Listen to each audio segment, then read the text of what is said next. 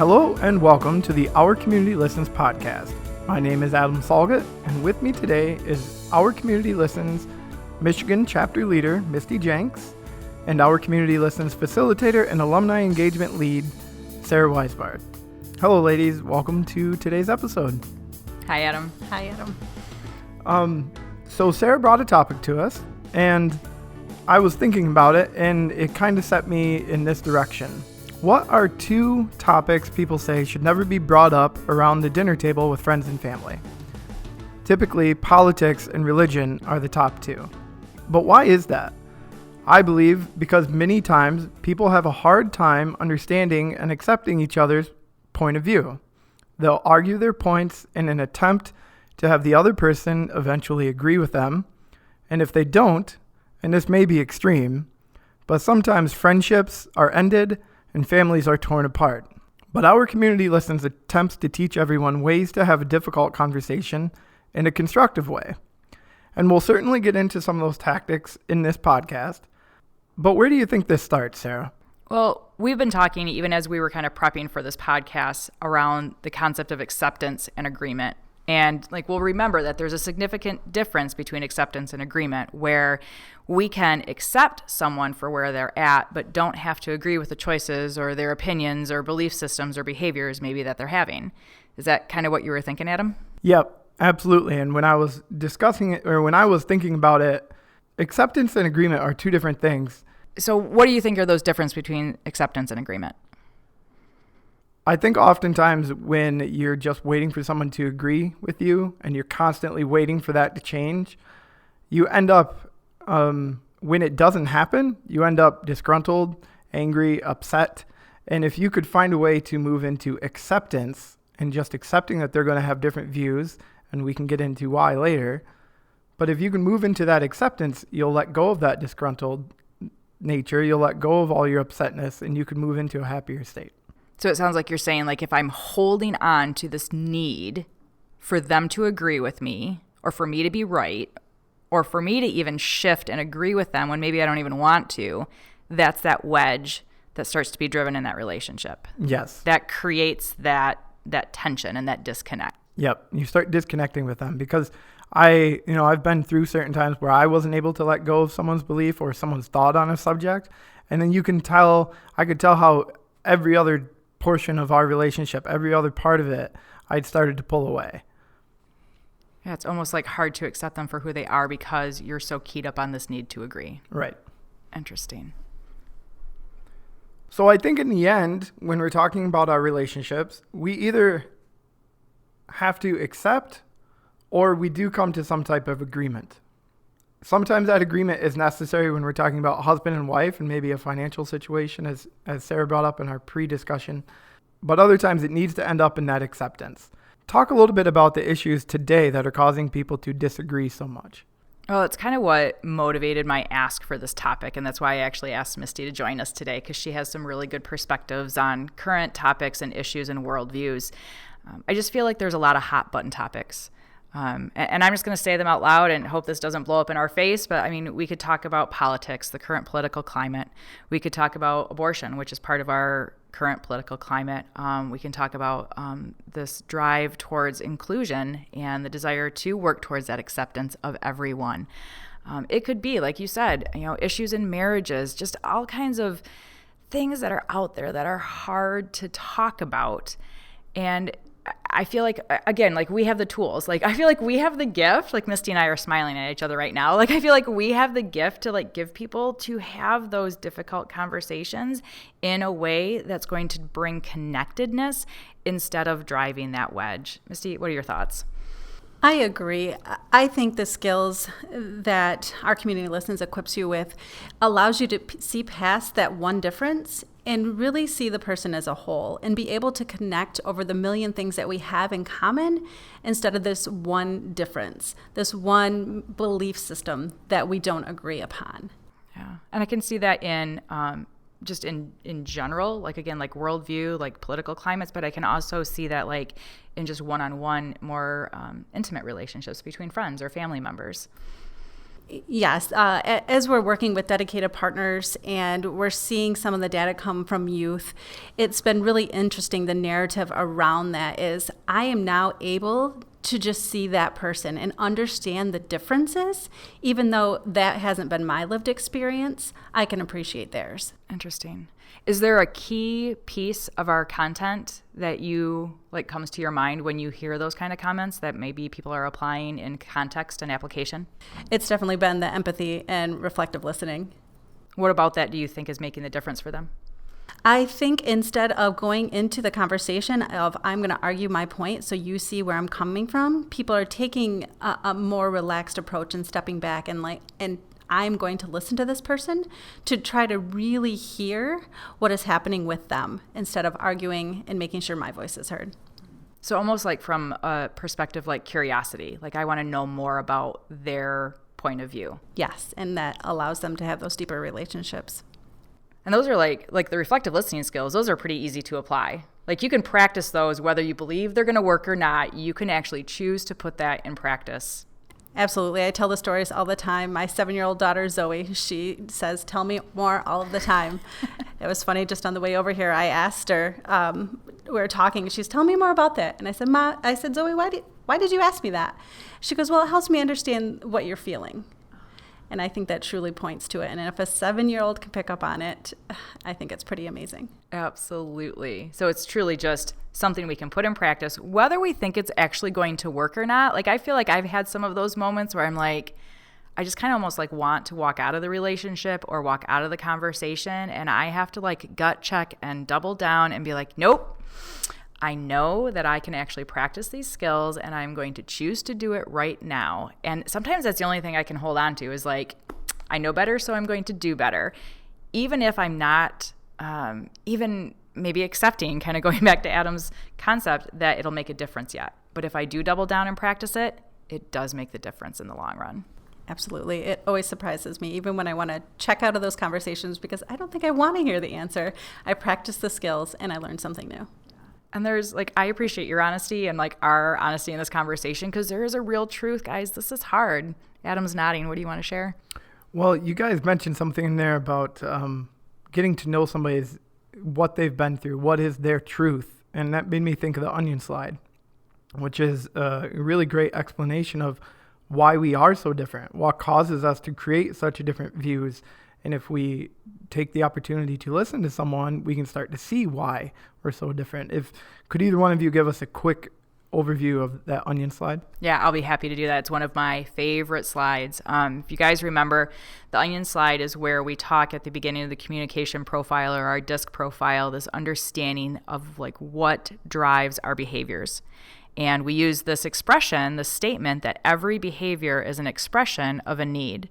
And so the onion slide starts at the deepest level where we have certain needs and values. And those are really core to individuals. Those are special, unique. They're created from our past experiences, maybe how we were raised. Again, it's just kind of our needs and our values of what is important to us.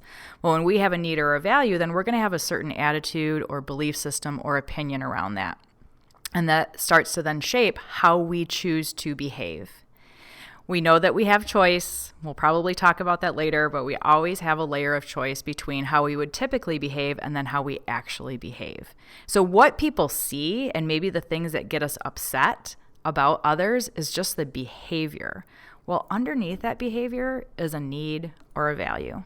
It reminds me a little bit of a story that I read in the Detroit Free Press. Some of the Detroit Lions football players went to an inner city school.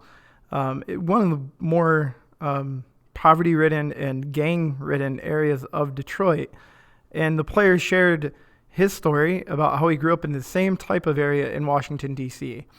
And the writer, I heard him speak about it on a podcast, and he was saying, I'm watching 14-year-old kids nod their head to this 22-year-old up there telling them that, his best friend was shot and everything they've been through. And it really started to connect for that writer. And then in turn, kind of for me, because I was putting myself in those shoes. And when you start to think about this is their reality, I loved when Misty said that because their reality is different than what I grew up in. I did not grow up in those spaces.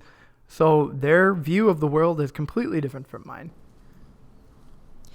Yes, and that's exactly where we can connect through that empathy piece, trying to see it as they've seen it and feel it as they felt it in that moment. Yep. And even if we haven't had that exact experience, like you have not grown up in poverty, but like you can still relate to that because of how others are relating to that and making that connection. Yep, and I certainly Pinconning didn't have gangs. Yeah. We didn't have that around, so like that reality is completely different than anything I'm used to. But you got to remember, this is what they're living in. Yeah. They may want to get out of it, and that's the great thing about what those NFL players are trying to do, is to show them there are ways to get out of it. So football might not be that exact way, but just setting the example of being a leader, and you can change. So. And you can make a difference in someone else's life just by sharing your own personal experience and your own needs and your own values. So when we're talking about the differences that maybe those young kids are going through and what I've went through, we both, though, in the conversation, we would have needs. We're both looking at maybe different needs. So Sarah, in your conversations and when you kind of put yourself in that situation, when you're having those difficult conversations, what kind of needs are you feeling? What are you looking at? So I would just be, I don't know, transparent on my own personal growth. And my family will laugh because they call me out on this one. I know that when I am in a difficult conversation where I'm getting emotional, that my need is to be right. Like I have this driving need to be right. And I can actually like feel it physically inside of myself. Like there's a tension in my chest, and I'll feel my like fist clench, and I get this really like intense look on my face. And it's because, of course, I know I'm right. Please accept that as sarcasm. And I'm being joking and facetious. But like in the moment, guys, I am so wound up tight that I just keep on driving my point, and I will flood people with data and logic and specific information to prove that somehow I am right, and I have totally missed that there's something going on for that person, that they have a need and a value that they're trying to share with me. I've just skipped past reflective listening, and I'm ignoring anything that resembles empathy, and I'm so keyed in on my need to be right. And that is something that I continue to work on, that is my awareness of my need to grow in that desperate need. I just appreciate your honesty in that, and the self-reflection and the growth that's available because you're able to do that. I think what you just shared is exactly what happens when these hot topic conversations come up. So what I would like to dive into is, well, when you feel yourself doing that, what are some things that we could do and make ourselves aware that we're stepping into that space that we don't want to be? I think the biggest thing for me, I guess I can speak about my experience, and then maybe we can give some tips and some tricks to others, which I'll trust you will help me with. I think the first is the awareness was key for me. And I often talk about how this content and using these skills saved my marriage. If you're following our podcast, you hear about my husband and our relationship a lot. And knowing that if I continued to hold so tight to my need, that it was going to continue to damage this relationship. So I almost like shifted my value a little bit, that the relationship was more important than me being right, and starting to choose to do it differently. And so I did, again, some self-reflection about like, okay, so why do you need to be right, Sarah? How important is it? And really maybe created some questions for myself in my head when I noticed.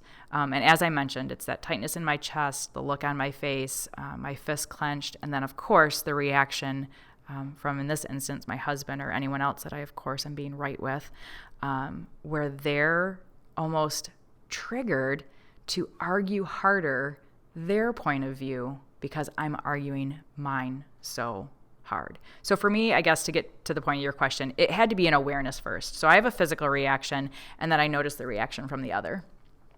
I believe that self-awareness, and just as soon as if you can be mindful of what's happening in those moments and pick up on those small cues, is when you can catch yourself and make that adjustment needed. So we're not driving that disconnection between us, and we're actually getting to the space where we can connect.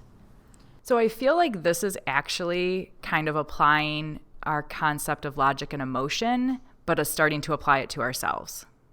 Absolutely. So it's starting to notice when that emotion is taking over us and we're getting out of that illogical space, and we're not continuing to push. And what can we do then to bring ourselves back down, to vent all of that emotion that is building up inside of us? Will you, for our listeners, remind us about the logic and emotion bubbles and how we teach that, just the concept behind it?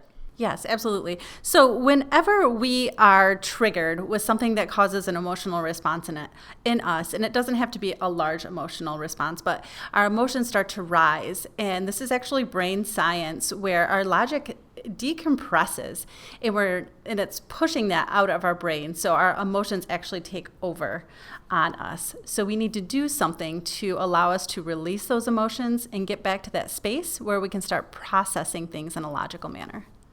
So if I hear you correctly, when we're emotional, our ability to actually think clearly is gone. Yes, absolutely. So at no point is it rational or logical for me to keep on trying to be right. Yes.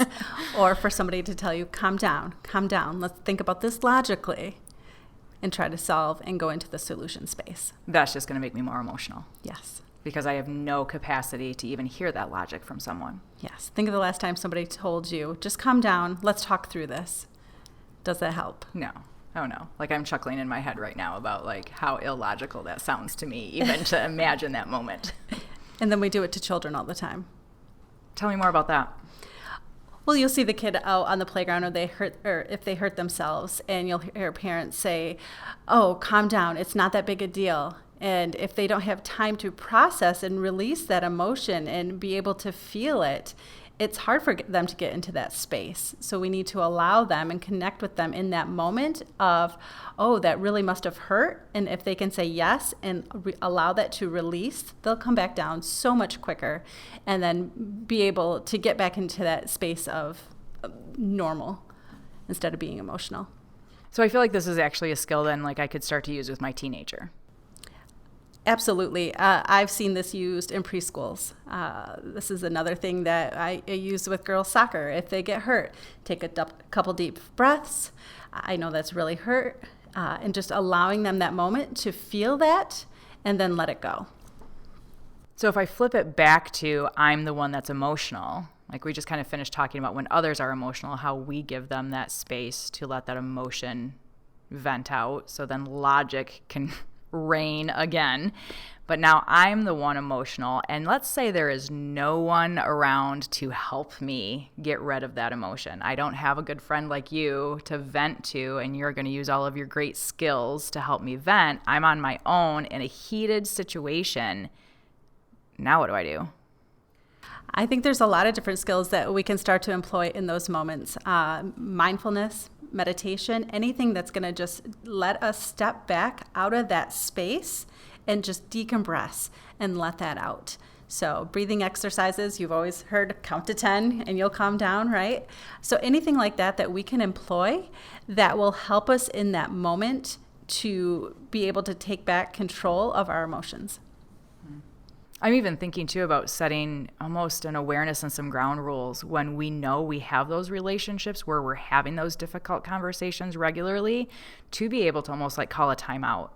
Because I don't know if I could count to 10 in the moment and still be a rational individual. I'm thinking myself, I might have to go for a walk, take just a spin around the room, something physical to let that emotion out before I could have a constructive conversation. Because that's really the goal. Absolutely. I remember using this with my 12-year-old daughter. She had mentioned something to me, and it was one of those safety concerns. So I could just feel the emotion starting to build up in me. And in that moment, she's like, aren't you going to say anything about that? And I just said, I'm sorry, but at this moment, I cannot talk about it because it will not be a healthy conversation. And so we will talk about it tomorrow. I feel like this is also my 24-hour rule, when I'm upset about an email maybe that I've received, or someone has just cheesed me right off, and I can, again, it's that awareness. I can feel that emotion building in me, and no amount of logic is helping, that I have that 24-hour rule that I have before I reply. Yes. You guys have talked a lot about self-awareness, and I think that's one of the biggest elements that comes out of going through the Our Community Listens course. Truly, I think a lot of people walk away starting to realize, little bits about themselves that they had maybe never thought about or never realized. For the most part in this podcast, we're talking to alumni, so they've been through that. Any suggestions or any thoughts on how to help someone get to a space of self-awareness if maybe they haven't been through the course or just someone who you think might need that help? I would say learn from your errors. So when you're in the middle of that conversation, like, oh, this is not going the way I wanted it to.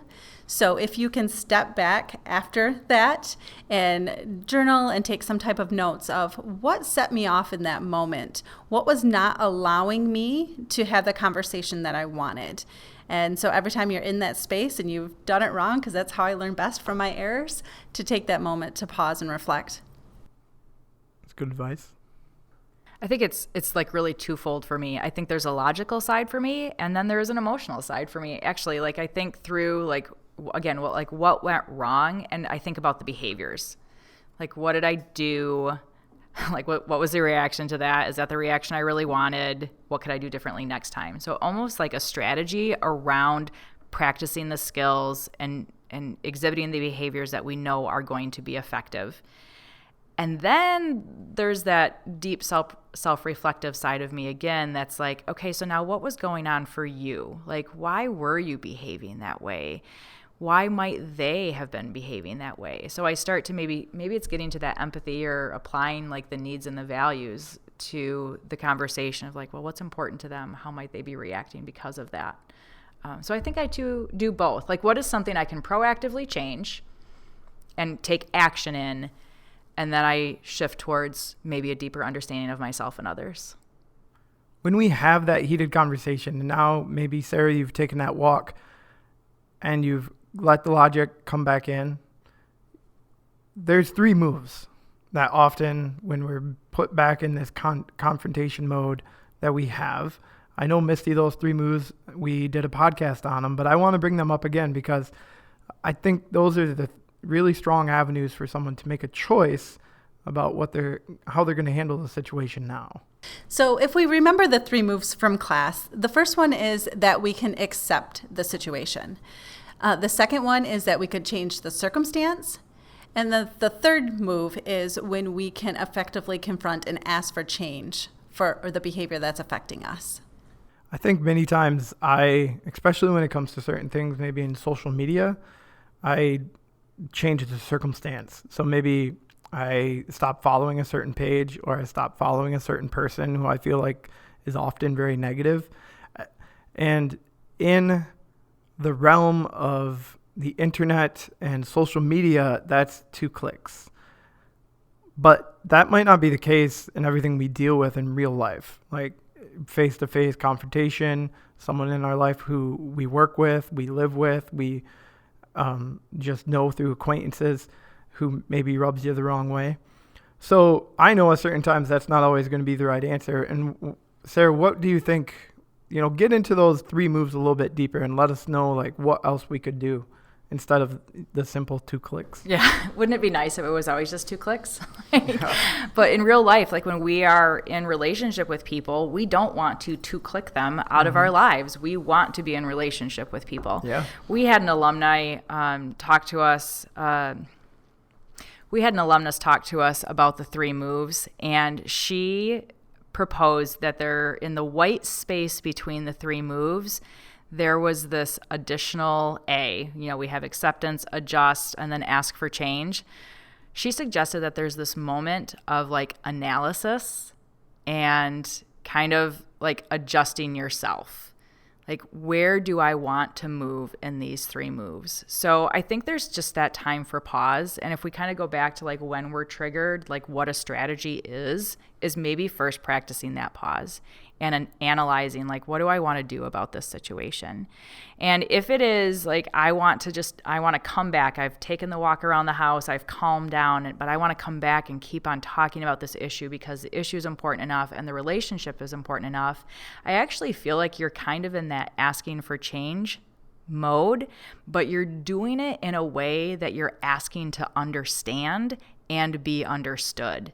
And so you're kind of using like the confrontation model to just have a deeper conversation. Mm-hmm. Like, this is the behavior that I saw. Here's how I felt about it. Here is the impact. And then it's more going back to that curiosity. Like, can you help me understand, like, what's happening for us here in this conversation? Tell me more, using those reflective listening skills. So it's not just cut and dried confrontation. It's using probably all of the skills to just kind of keep going back in to create deeper understanding. So if you're really in it and you're in the conversation and you're trying to make the situation change and you're asking for change and you're working towards listening with empathy and asking for it in return, let's say it's not working, then what? Well, we still have 3 moves. So we can keep trying. We can keep trying and we can keep trying. At some point, you can also, again, analyze and decide, do I want to choose one of my other moves?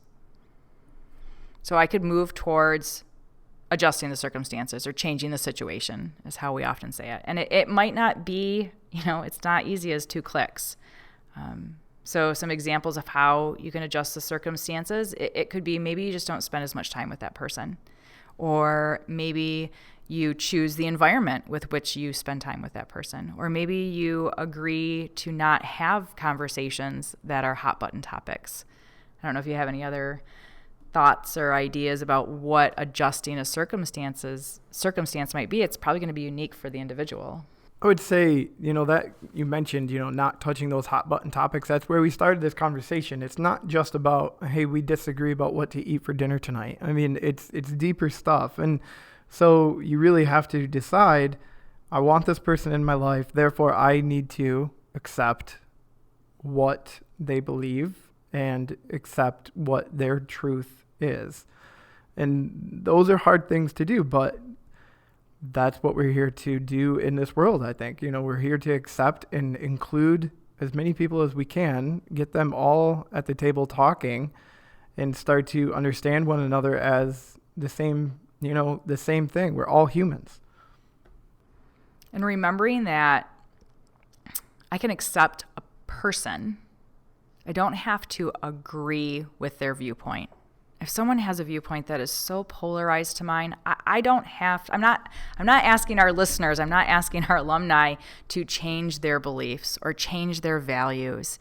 What we're really doing is asking them to find a way to accept that others also have needs and values and belief systems, and accept them for who they are and where they're at, but not compromising your own. And I think that's where people get a little bound up, that if I'm going to just accept you as a person, that somehow I have to agree with you.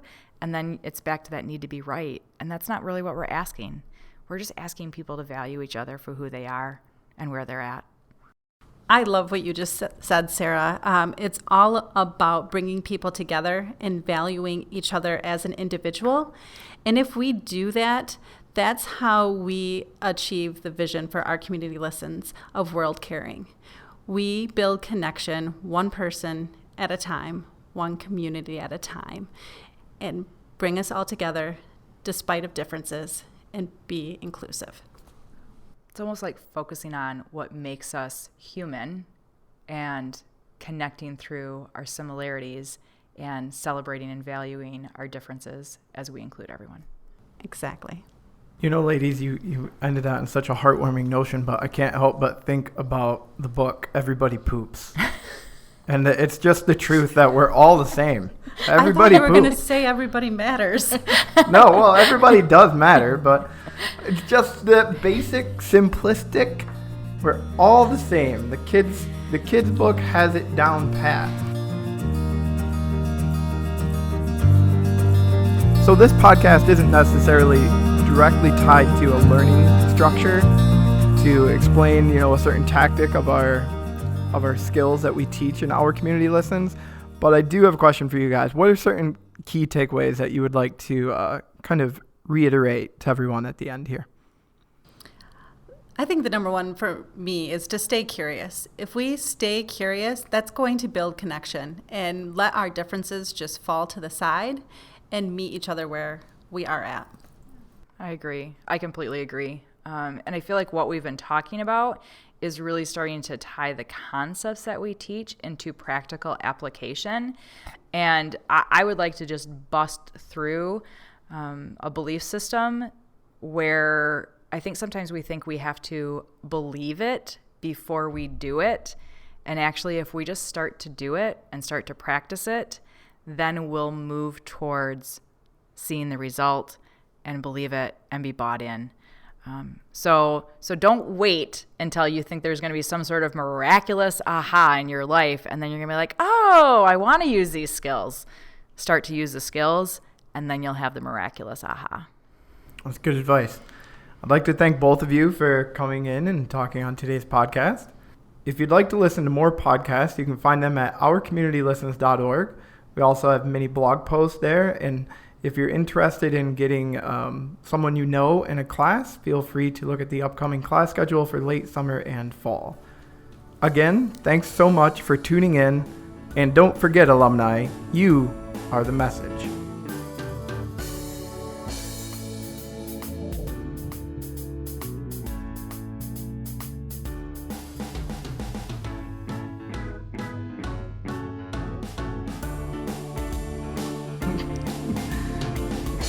We can keep it or not. Love it. Sorry, I started to talk over you. That's okay. No, we can talk. So surprising. I was like, I so thought you were going with Everybody Matters. And now we need to include this as our outtake. That is awesome. Everybody does poop.